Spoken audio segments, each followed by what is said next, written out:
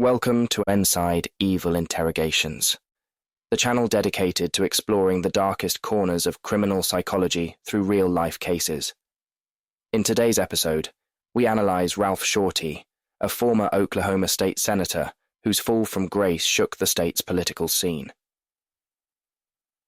Once a vocal advocate for conservative values, Shortey found himself on the other side of the law in 2017, following a disturbing arrest that unveiled a very different side of his character. The story begins when Shortey was discovered in a motel room with a minor, whom he had connected with through online platforms. What initially seemed like a meeting under suspicious circumstances quickly escalated into a high-profile case of solicitation and exploitation, fueled by the discovery of explicit conversations between Shortey and the underage individual. These digital communications revealed clear intentions that starkly contrasted with the public persona he had maintained as a politician. Despite the mounting evidence, Shortey's interrogation is marked by a calculated strategy of denial, manipulation, and blame-shifting. He attempted to cast doubt on his motives, framing the incident as a misunderstanding, and insisting that he was merely trying to help the minor. Throughout the interrogation, Shortey navigates between outright denial, minimizing the severity of his actions, and attempting to shift blame, showcasing the psychological tactics often employed by those facing serious charges. This case offers a compelling look at how individuals in positions of power can exploit their authority while using deceptive narratives to evade accountability. Join us as we break down the interrogation, exposing Shortey's tactics and the psychological dynamics that unfold during this pivotal moment. Don't forget to subscribe for more in-depth analyses of real criminal cases and the minds behind them. If you're interested in more forensic breakdowns of real-life cases, be sure to subscribe. Shortey begins the interrogation with a calm and collected demeanor, carefully constructing a narrative designed to distance himself from any illicit intentions. He repeatedly emphasizes that his purpose was solely to provide shelter and support to the minor, painting himself as a well-meaning figure caught in an unfortunate situation.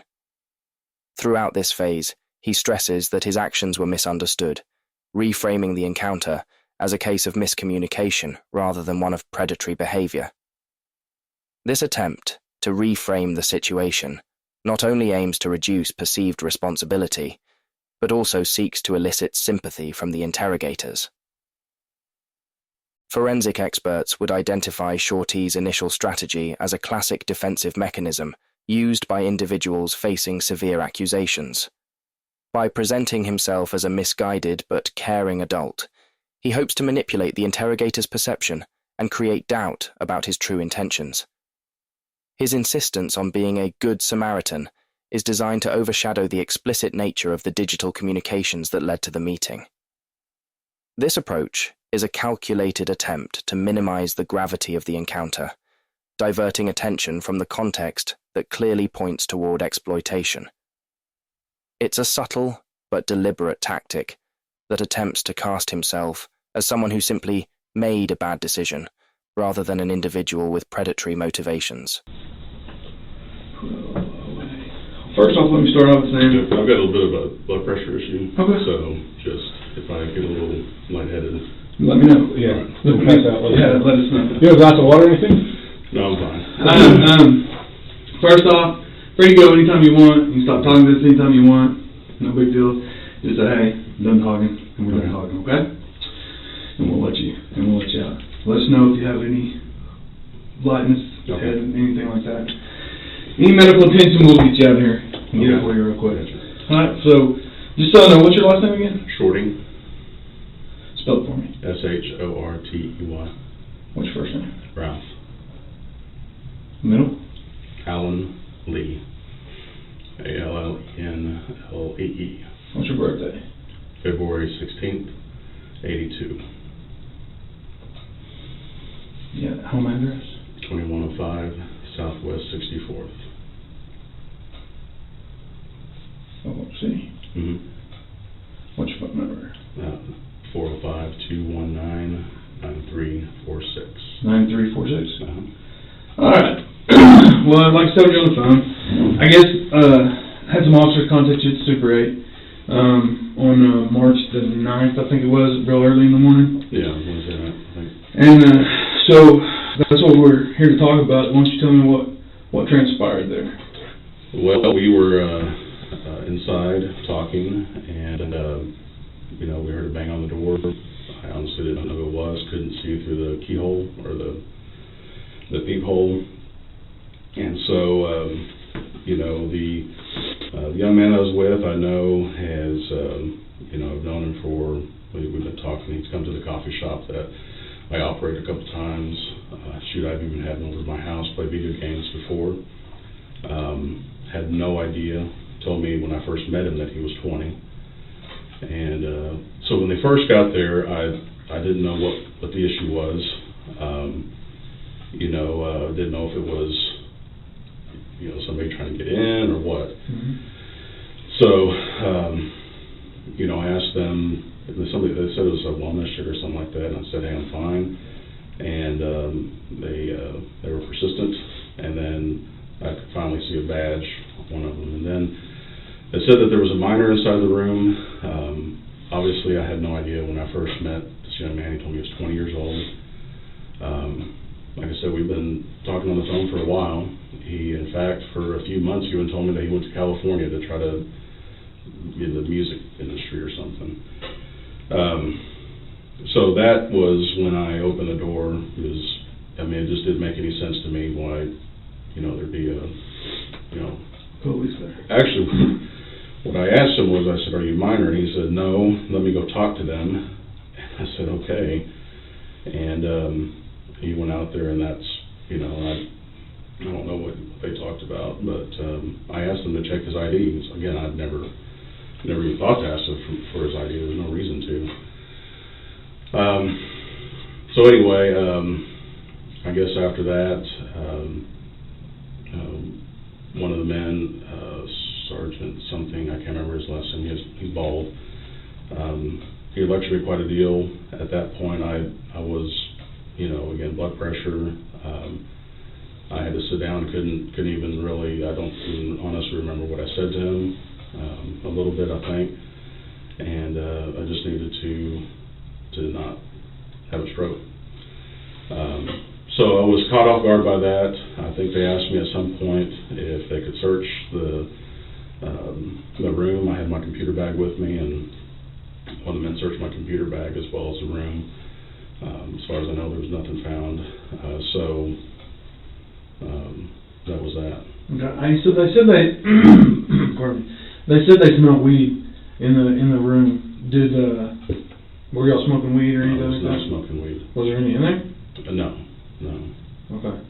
And again, I asked them to search. They wanted to search my bag. So I don't remember. I think he needed a place to stay for the night. And I think he had a bag with him. I don't know if they searched that. Okay. I did not.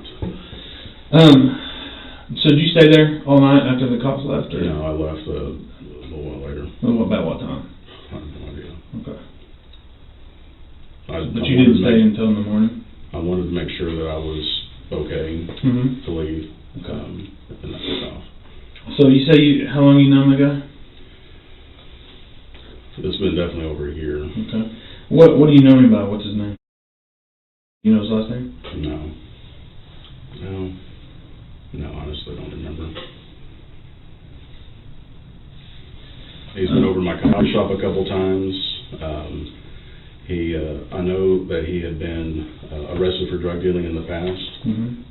I know that he had dropped out of high school. He was trying to get a GED. I was trying to help him through that. In fact, when we first met, I was trying to help him study and things like that for the GED. And then when I lost contact with him for 4 or 5 months, when he went to California or wherever, I just assumed that he had, I didn't know that's where he went. Well, how did y'all meet? At the coffee shop. I'm pretty sure of that. What coffee shop are we talking about? That was I own a coffee shop. What is it? It's called Holy Grounds Coffee. Okay. And What's the address of it? 8613 Southwestern. Okay. And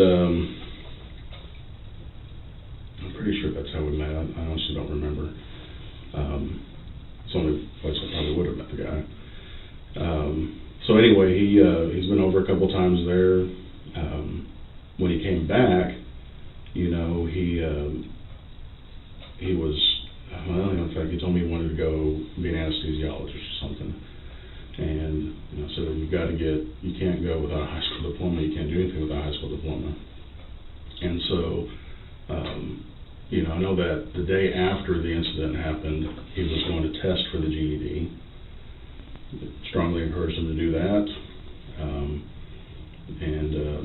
The night that he called me, he said he just needed to get out of his house. I'm assuming I thought he had told me that he lived with some friends, and he had told me in the past that, you know, it was hard for him to get clean because he was always with his friends that are, you know, living with him. And so, you know, when he called and said he needed to get out of there, you know, that he had to test the next day, then the choice was to bring him over to my house, which I don't think my wife would have appreciated that very much. She probably would have been okay with it, but I just figured it'd be easier just to get him a place. And then we decided to talk. So. Okay. So, how do you, do you text him, or how do y'all communicate? It's usually phone calls. Phone calls? Yeah. Okay. Well, it's interesting because on his tablet, he has a conversation that he says he had with you using an app called Kick. Do you know what that is? Mm-hmm. Okay. Well, there's a pretty lengthy conversation on his tablet that he says is with the guy that is you, that he that is online, or the Kick ID is Jamie Tilley, and you told officers that night that that's what your online. He calls me Jamie, Uh-huh. and I'm not sure why. Okay. And anyways, so we've got a conversation between him and this Jamie Tilley about, he says, I need money for spring break. Jamie Tilley says, I don't really have any legitimate things I need help with right now. Would you be interested in sexual stuff? He says, yes. This goes on about how I come get you, blah, blah, blah. We go on. He says, he starts calling this guy Daddy. He says, hurry up, Daddy. I'm super horny. As detectives present explicit evidence from Shortey's digital communications, his composure starts to waver. The messages reveal clear intentions, contradicting his earlier claim of wanting to help the minor. Struggling to maintain his narrative, Shortey tries to frame the explicit language as jokes or misunderstood banter rather than evidence of criminal intent. He repeatedly insists that the messages were not serious, describing them as misguided attempts to bond rather than genuine plans. Shortey's strategy is to downplay the seriousness of the exchanges, attempting to introduce ambiguity around his intentions. His discomfort becomes more apparent as detectives emphasize the graphic nature of the messages, making his explanations less credible. He begins to shift in his seat, pausing longer and avoiding eye contact as the pressure mounts. Forensic experts see this as a classic tactic to deflect accountability. By portraying the messages as misunderstandings, Shortey aims to create doubt and minimize the perception of guilt, hoping to weaken the case against him and recast himself as someone who made poor decisions rather than someone with predatory intentions. On March 16, 2017, Shortey was charged by the Cleveland County District Attorney with 3 felony counts: soliciting of a minor for prostitution, prostitution within 1,000 feet, 300 meters, of a church, and transporting someone for prostitution after he was caught with a 17-year-old boy in a motel room in Moore, Oklahoma. Police reported a strong odor of raw marijuana emanating from the room. According to an affidavit, The duo told police they had brought marijuana with them, which Shortey said they were smoking when police arrived. Video from their arrest, released by Moore Police, shows Shortey in the motel room wearing a t-shirt that reads, "Now go make me a sandwich." Above a cartoon drawing of a sandwich, it cites Ephesians 5:22, a Bible verse that calls on women to obey their husbands. Police said that they discovered sexually explicit text messages between the duo in which Shortey called the teen baby boy and offered him cash in exchange for sexual acts. Shortey turned himself in the same day and was released on $100,000 bond. The FBI and U.S. Secret Service in Oklahoma City both confirmed that they had joined the investigation into Shortey, and the FBI conducted a search of his home. The age of consent in Oklahoma is 16, but under state law, engaging in prostitution with anyone under 18 is illegal. Hey, keep me updated because I want you bad, Daddy. The guy named Jamie Tilley says I'm gonna fuck you like a good little boy if you keep calling me Daddy. This goes on and on and on and on. Well, then it gets to the end. It says, "Okay, I'll be down the street, a couple houses in about 10 minutes or so." He says, "Okay, let me know so I have an idea." Then that person says, "I-35 about to exit at 4th Street." And then it says, "I'm here." Well, we've got a witness, pardon me, we've got a witness that sees him get in a white Grand Cherokee, and they follow that white Grand Cherokee to the hotel, first to 4th and Eastern at the gas station, and then to the Circle K. Yeah, This is the gas station. yeah, at the gas station, and then to the Super 8 where the guy in the white Jeep Cherokee and him go in, check into a room, and then go back out and go into room 120.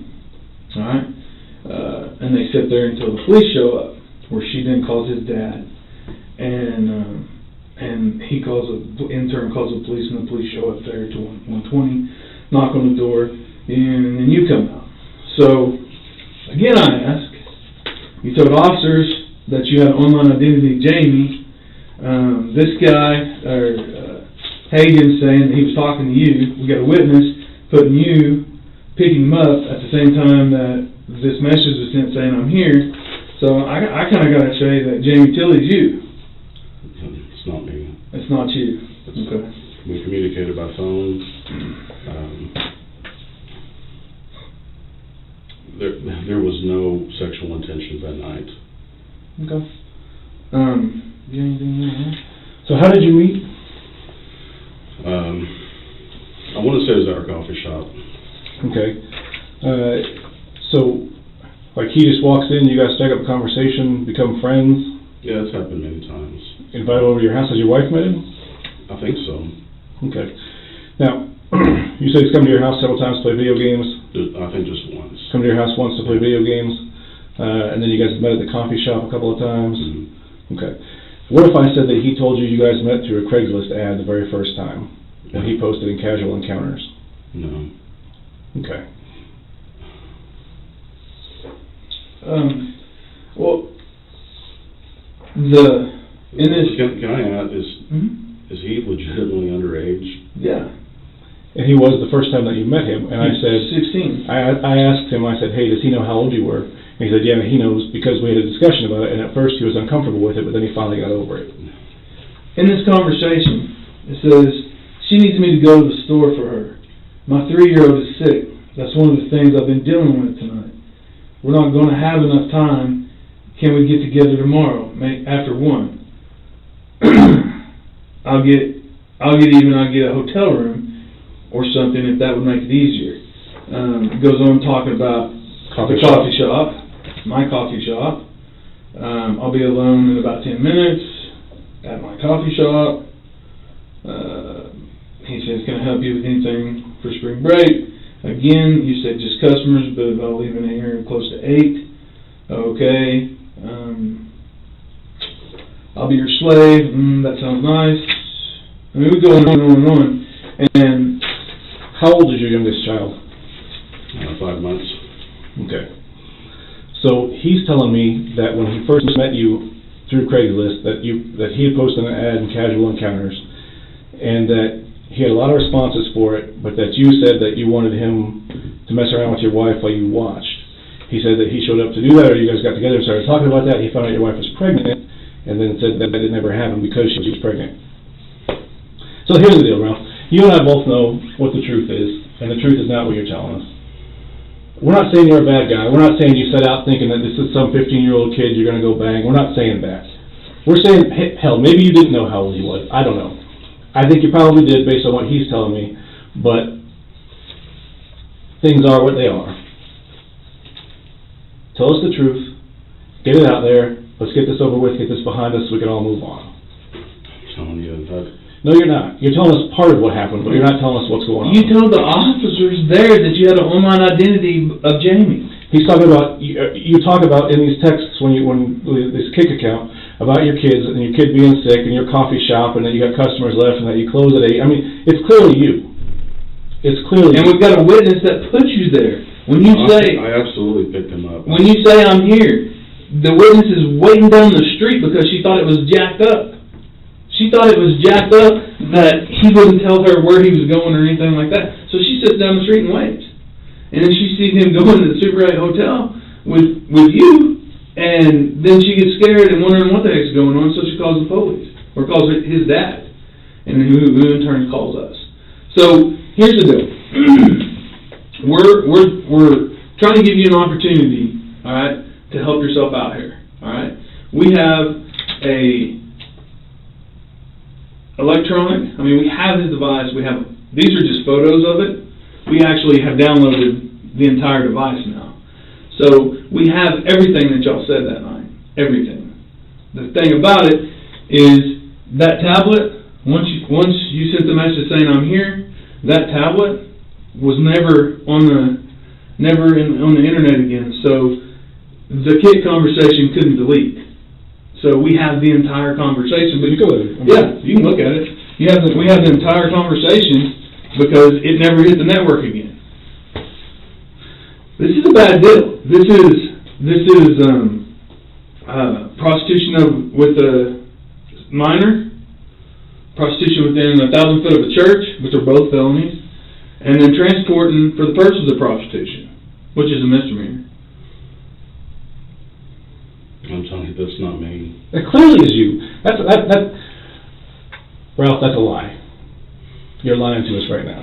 That's clearly you. No one else. With daughter sick, coffee shop, I'm here and you're there. That's clearly you. I don't know who else he could have been talking to. I agree with you. Nobody You're has a right. coffee shop and has a kid, sick kid, and all this stuff. And showed up. It's you. And here's the deal.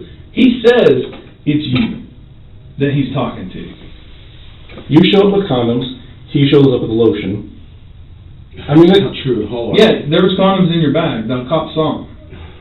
That's just absolutely not true. I did not show up there for any sexual thing. Well, then there's also weed that was in a green plastic container, marijuana that was in a green plastic container with labels from Colorado that was in the room. Did you ever touch that bottle?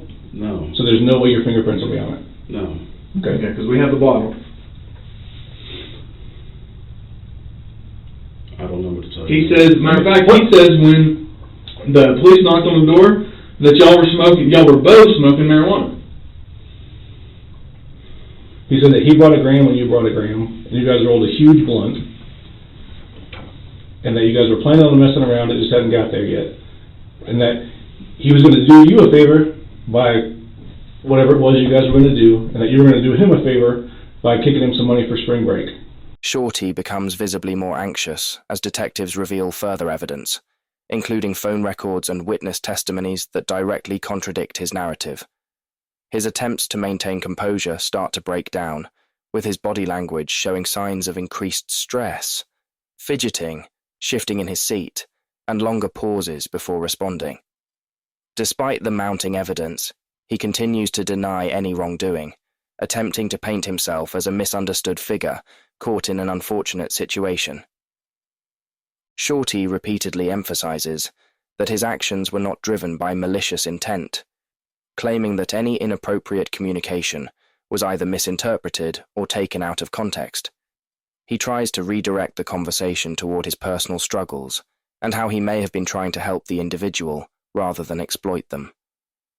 Forensic analysis interprets this behavior as a deliberate strategy to elicit sympathy from the interrogators, focusing on his supposed good intentions rather than the explicit content of the evidence.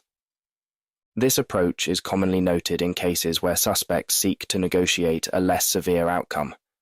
By downplaying the gravity of the charges and presenting himself as well-meaning but flawed, Shortey aims to create doubt about his true intentions, hoping to secure a more lenient perception from law enforcement and, ultimately, the legal system. Ralph, like I said, we don't think you're a bad guy. We think you made a bad decision. There's a big difference.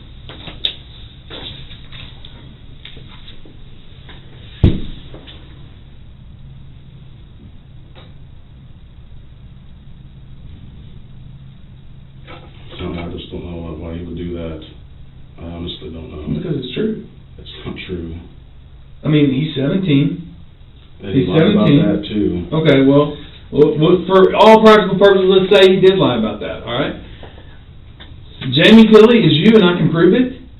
So, at minimum, you met with a guy at a hotel to pay him for sex. At a minimum. Within At a 1,000 minimum. feet of a church. Yeah, within 1,000 feet of the church, which is a felony in itself. So, at minimum, that's what it is. All right? At minimum.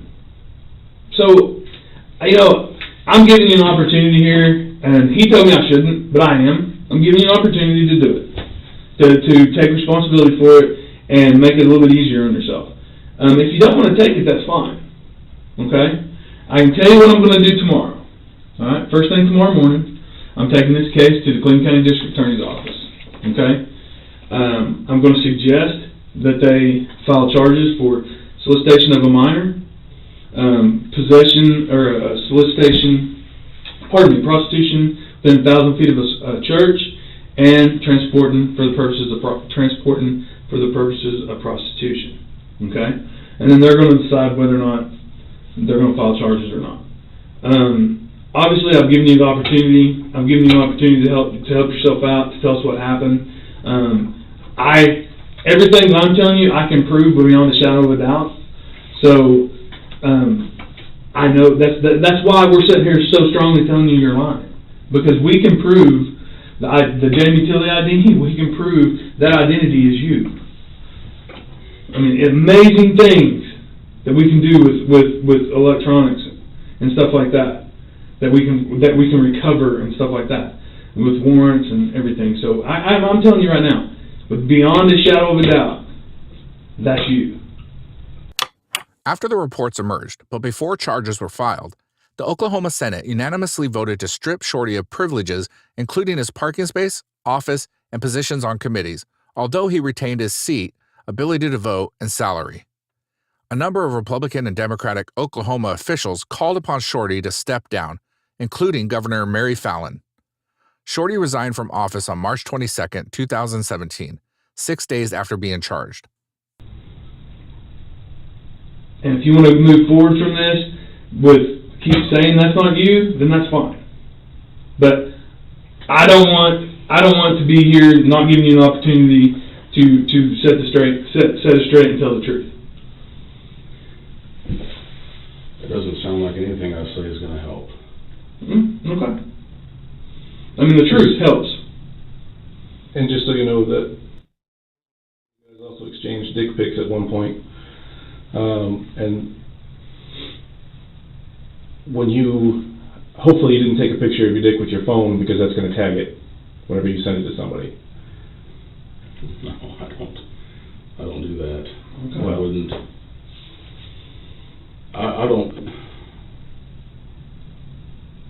I don't understand why he would do this. I really don't. Is it really his name? Yeah. Mm-hmm.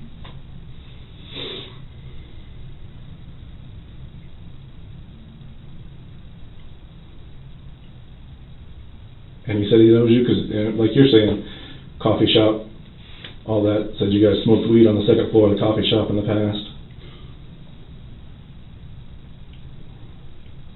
I just don't understand why he would do that.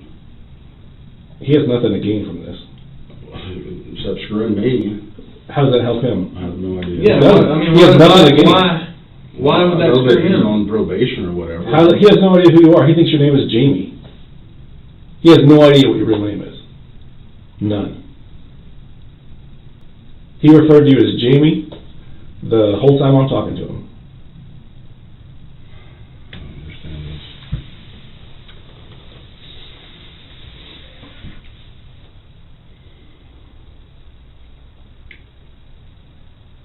So it's not like he's going to get anything from any of this. It's not like he gains anything from this.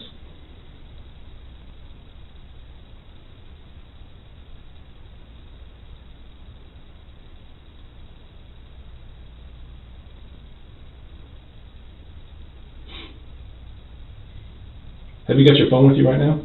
No. Where is it at? Honestly, I lost it. Lost your phone.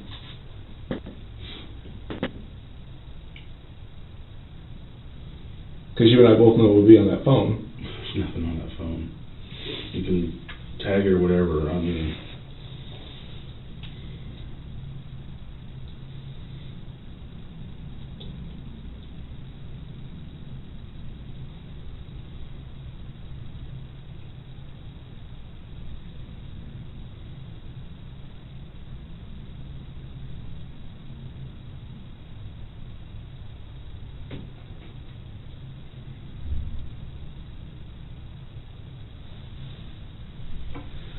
So other than kicks, how did you communicate with him?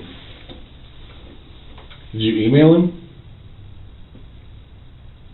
I don't think I've ever had his email address. Okay.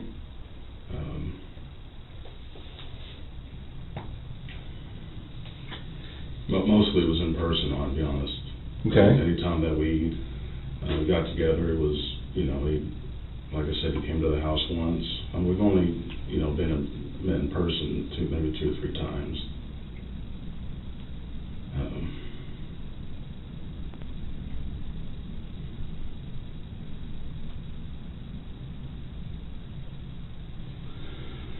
Prior to the evening that we're talking about,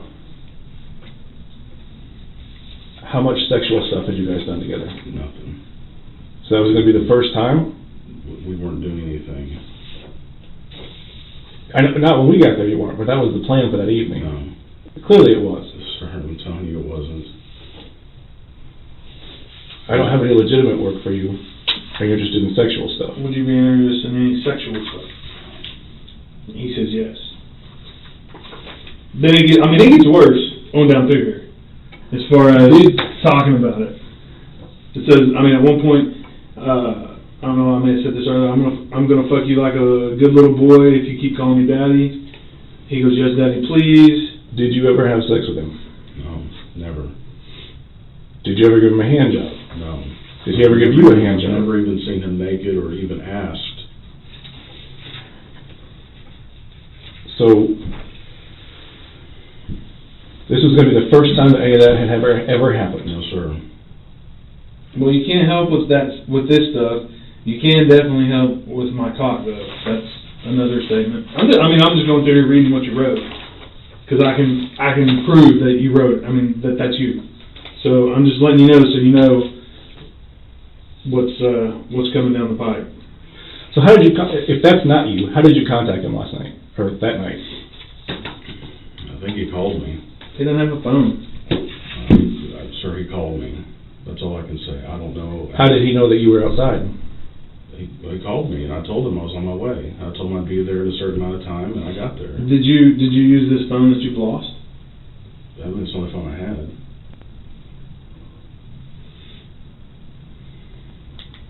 Okay. On September 5th, 2017, a federal grand jury indicted Shortey on 4 federal sex trafficking and child pornography charges, involving both the March incident and videos that Shortey was accused of distributing from his smartphone in 2012 and 2013. Shortey pleaded not guilty to these charges. After the federal charges were announced, the Cleveland County District Attorney dropped the state charges. What was that number? 265.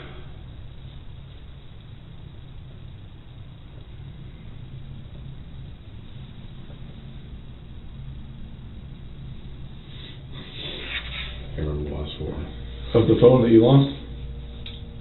Oh, no, my phone was the number I gave you earlier. That's my cell phone. Mm-hmm. And that's the one that's lost? Well, I use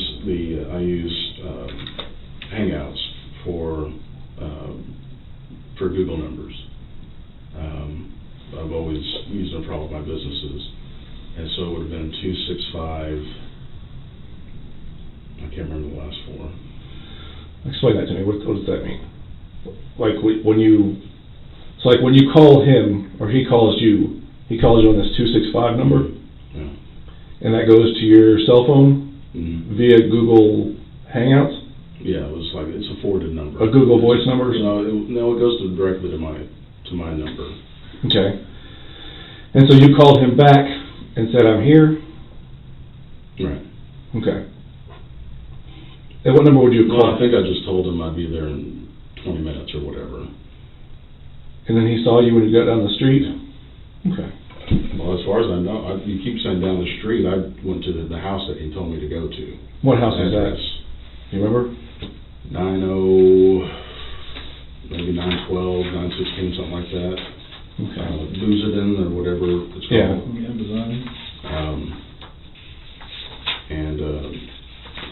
That's where he told me to meet him. And As questioning intensifies, Shortey attempts to shift some responsibility, implying that the minor initiated parts of the communication.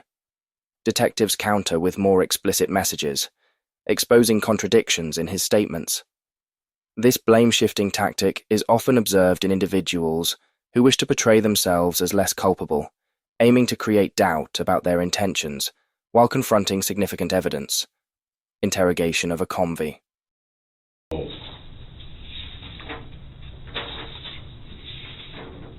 trying to think of, I called him when I got there. I don't think I did. No, I didn't because I saw him on the porch. Okay.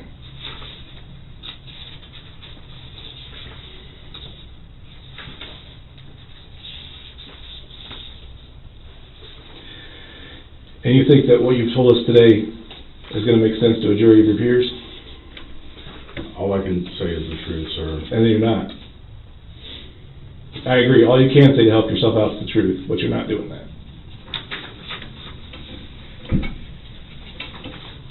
So, this 219 number, you say you lost the handset? After I called you, I apparently have left it on top of my car or something. I tried to find it because I needed to call someone else. So you just recently lost it? Yeah, I talked to you when I was about to leave my house. And I went back and looked on the ground.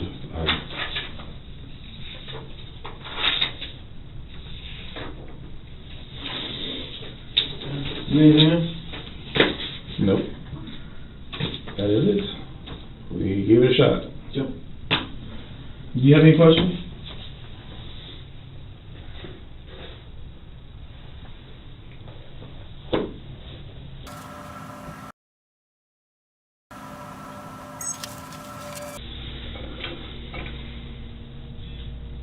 The conversation that you have there, how lengthy is it? How long does it go? Is it just one night? Is it more than a week? Is it a month? This one that we have right here is just that night. But we have others. Other what? Conversations. In what form? The same messenger? Huh? The same messenger? I don't know. I'm gonna have to get with. We'll have it at. I think he said 4 this afternoon. So we took his device. What we did is we took his device. There was 2 devices. We took them. We forensically. We have a guy who forensically examined them. Then what they do is they take everything off of it. Now, if it leads us to another device, if we get a search warrant or a court order or to another account, say, for instance, in this particular thing, this Jamie Tilley, all right, we can get the IP address that's used, all the IP addresses that's used with that account, all right, and we can track that IP address back to a handset. Like, so, say, for instance, the IP address that he uses will track back to a network that he uses. If it's a wireless network, then it'll be that one and stuff like that. So we have several devices that we're looking at now. Okay. Not sure what all that means, but... Well, his devices. We're getting everything off of the 2 devices that we have of his. We're taking all that stuff off, all right? And our guys going through them one by one and sending us different IP addresses to look at. What it comes down to is the reason we have those conversations is that when we turned the Kindle on, those are the ones on there, so we took pictures of those, and then we gave them to the forensics guy.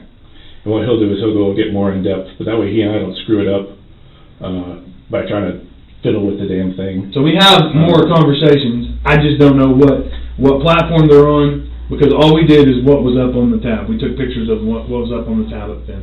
So we have more conversations. I just don't know what platform they're on. I'll know tonight because he'll be done with both tablets today. So. A federal jury trial had been scheduled for December 2017. On November 19th, 2017, Shortey reached an agreement to plead guilty on November 30th to 1 count of child sex trafficking. The prosecutor agreed to have the child pornography counts removed. Shortey was jailed immediately after pleading guilty on November 30th and faced a sentence of at least 10 years in prison. And so you don't know how long this conversation's been going on or anything right now? Correct. Yeah.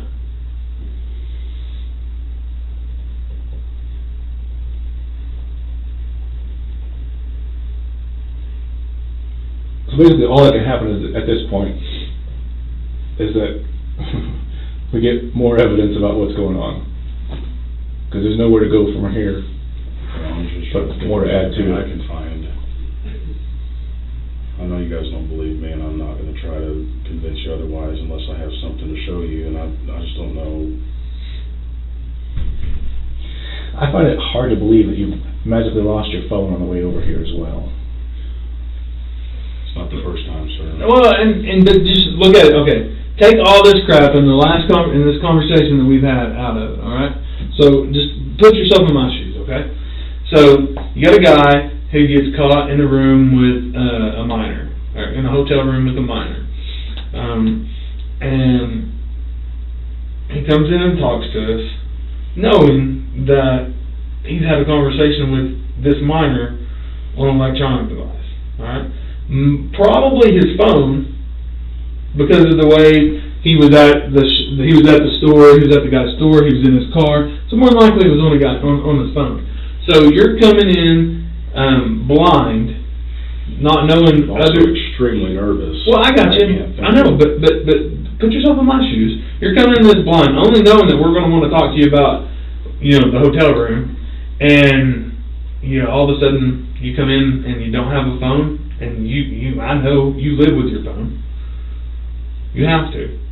So that's just strange to us, Is your phone on you right now? No, it's not. Is it in your car? No. Can I look in your car? Sure. Okay. When did you drive up here today? Sorry? When did you drive up here today? When? What vehicle did you drive up here? My car. What is your Jeep? Oh, the white Jeep. Cherokee? What year is it? I don't know, 99, 01, something like that.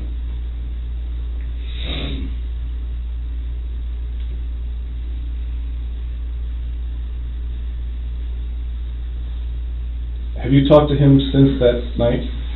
No. I honestly would have loved to have talked to his parents. I had no idea that he was still with his parents. I wouldn't have been with a minor. Well, you knew that he was kicked out of high school. Yeah, I knew that. Well, he told me he dropped out of high school. Okay, you knew that he dropped out of high school. Mm-hmm. And that he was trying to get his GED. Right. How old did you think he was? 20. Well, When we met, he told me he was 20. Okay. And he's told me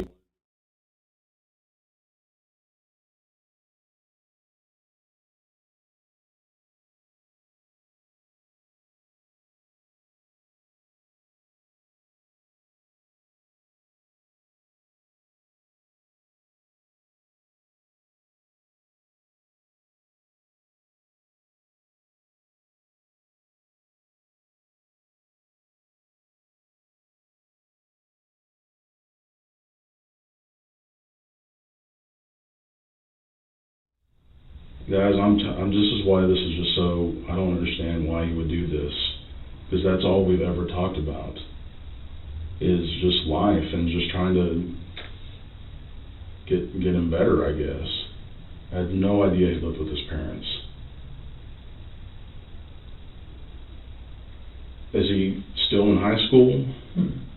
So he is out of high school. Like, did he graduate? The interrogation concludes with Shortey firmly maintaining his innocence, denying any wrongdoing despite the overwhelming evidence presented by detectives. Even as the contradictions in his story become clear and the explicit nature of his communications is laid bare, Shortey refuses to admit to any criminal intent. His denials grow increasingly adamant, with Shortey asserting that his actions were misunderstood or mischaracterized. This refusal to accept responsibility is not just an attempt to evade the charges, but also a persistent strategy to protect his reputation. Throughout the interrogation, Shortey appears more focused on preserving his public image than confronting the gravity of his actions. Forensic experts would interpret this behavior as characteristic of individuals who are unwilling to accept full accountability, especially those in positions of power or public prominence. By denying guilt to the end, Shortey aims to maintain a facade of innocence, hoping to influence public perception and negotiate for a more favorable legal outcome. This approach is commonly observed among suspects, seeking to avoid severe legal repercussions, as it allows them to retain some measure of control over their narrative, despite the mounting evidence against them. Wish I could tell. I'm still trying to think. I hope you don't mind. No, it's fine. Take all the time.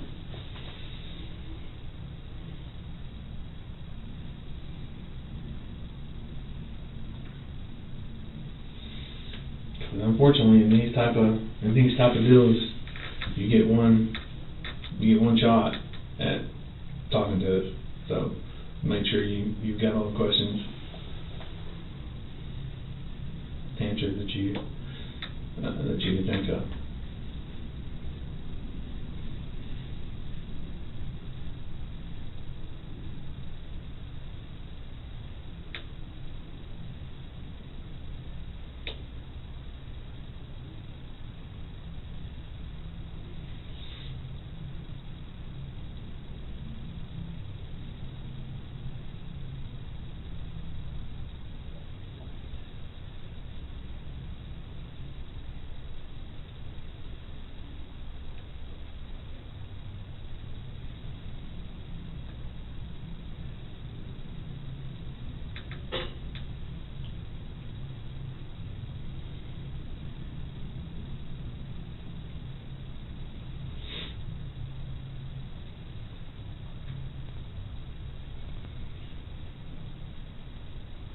How long you own the coffee shop?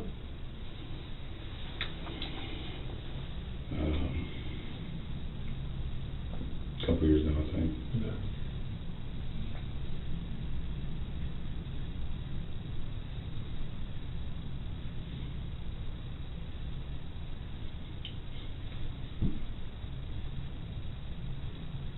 It doesn't make any sense.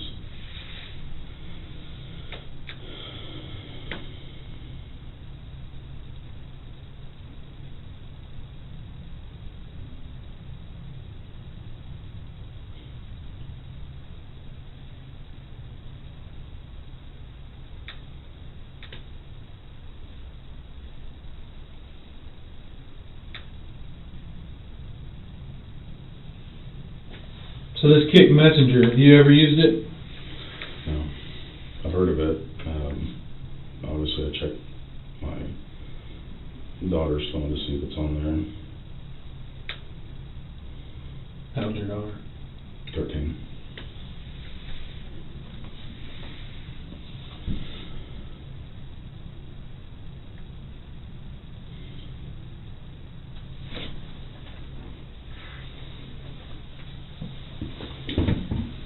What kind of phone was it that you lost?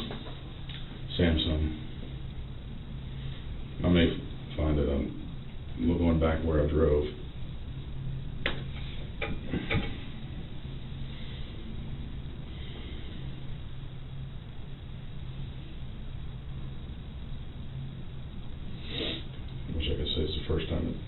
happened, but it's not.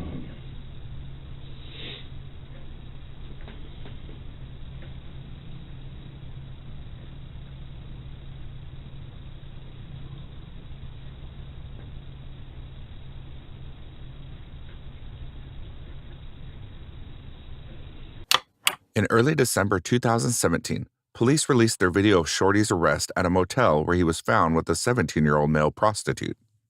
In June 2018, prosecutors revealed in a sentencing memorandum that Shortey had sex twice with the victim in the year before they were found together at the hotel. Prosecutors also informed the judge that they would seek full restitution from Shortey for the victim's losses, including the cost of any care. Shortey's lawyer said it would not yet be appropriate to comment.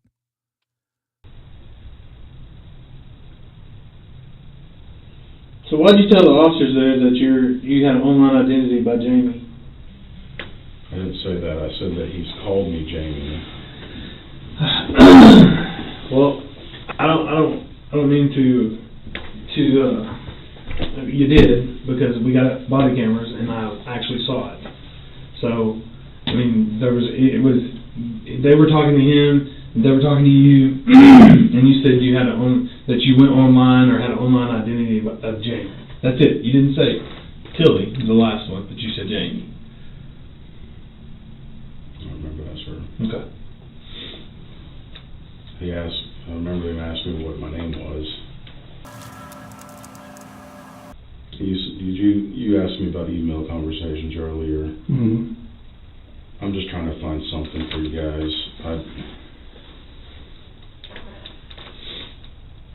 Is there anything there that shows what I'm saying on email? Because I honestly don't remember if I've ever emailed him. Yeah, there's shit ton of emails on that thing, and I'm not sure. That's what I was asking, if you remember anything.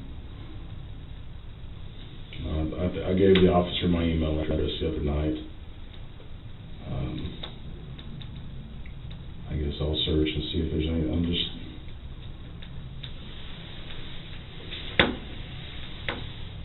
trying to think of anything. You had mentioned something about spring break. Can you explain that to me? You said he needed money for spring break. Like, in what sense? Was he going somewhere? I don't know. Didn't say.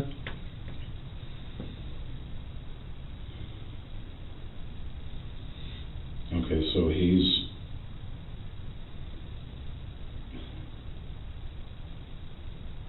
No, spring break was last week, right? This week.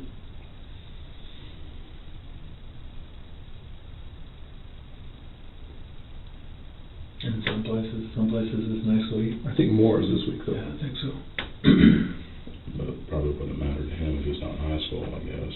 I don't know if he still has friends that were in high school. Be right back.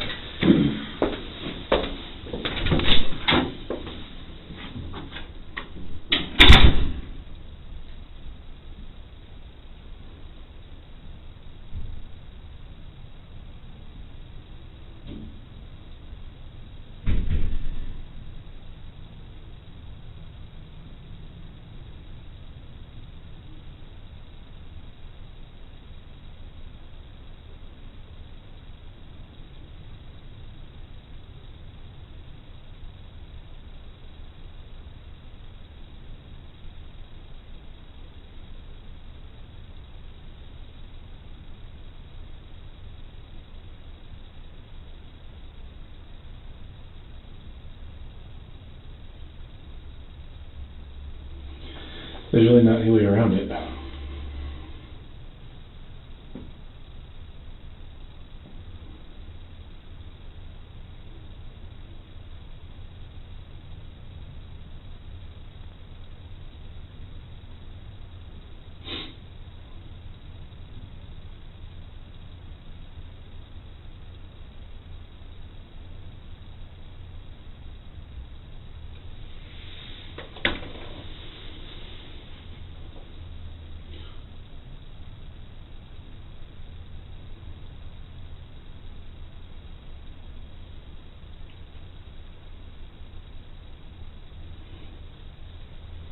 many times has he been on the second floor of the coffee shop? He never has been. So he wouldn't be able to describe what it looks like? I don't know.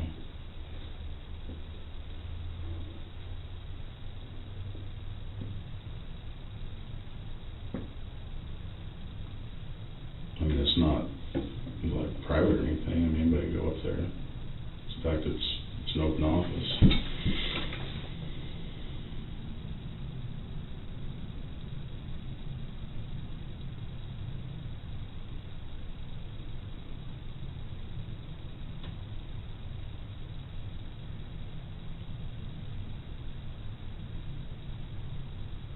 So you asked me earlier if there had been any sexual contact in the past. Does he allege that?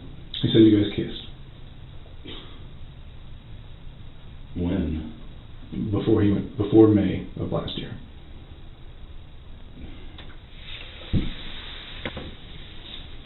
I mean, that's nothing, but still, that's never happened either. Just like Jamie Tilley's not you. Just like it's somebody else with kids and daughters in the coffee shop. Somebody else who's there.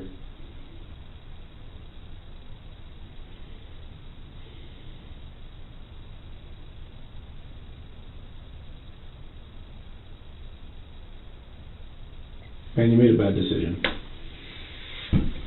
That doesn't mean you're a bad person. It just means you made a bad decision. It's not the end of the world. And if I can't prove otherwise, that it is the end of the world. And I can't think of any other proof that I can show you. There's nothing, because there's no, I mean... There absolutely would be. What we have is the truth. If I had phone calls, or if I had... But you don't, because they don't exist. What we have is the truth. You know it. You know I that's never why would have thought to have to record a phone call or anything with a guy. I mean, It was recorded. That's what we've got pictures of. The conversation was recorded. I mean, that is so clearly you. You and I both know that's you. Anyone we show that to is going to know that's you. Well, that's the problem. It's not a problem. It's the truth. What I'm saying, the problem is that for some reason, you think that if you stick your head in the sand and ignore it, it's going to go away. It's not. Your best bet is to tell us the truth, tell us what happened, and then move on from this. Make this a bump in the road, not the road. I mean, it's that simple, really.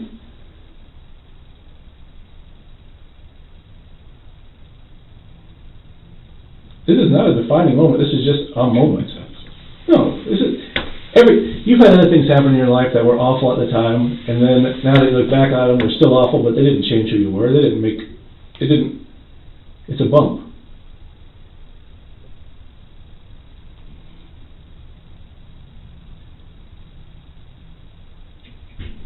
That's all it is.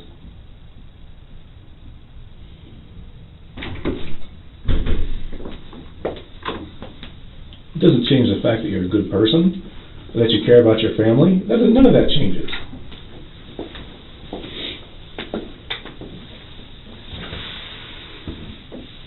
But the reason you're having trouble thinking of something to say is because you know there's nothing you can say. I'm having trouble thinking of something to say.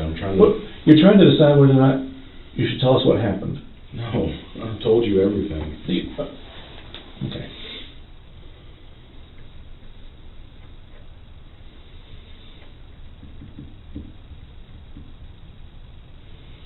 So we done.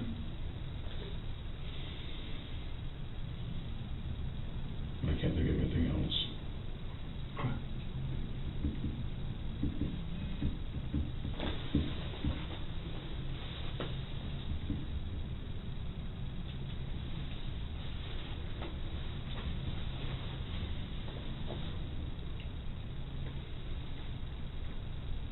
And no phone on you, no phone in your car? No. Do you mind if I pat you down real quick?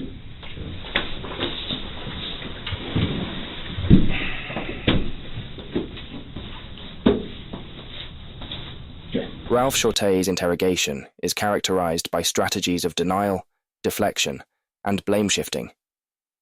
His efforts to minimize his actions and maintain innocence, despite clear evidence, reflect common defensive behaviors observed in suspects facing serious allegations. The psychological analysis of his responses reveals tactics designed to manipulate perception while avoiding full accountability. For more forensic analyses of real criminal cases, subscribe to Inside Evil Interrogations. Stay tuned for insights into criminal minds during high-stakes interrogations.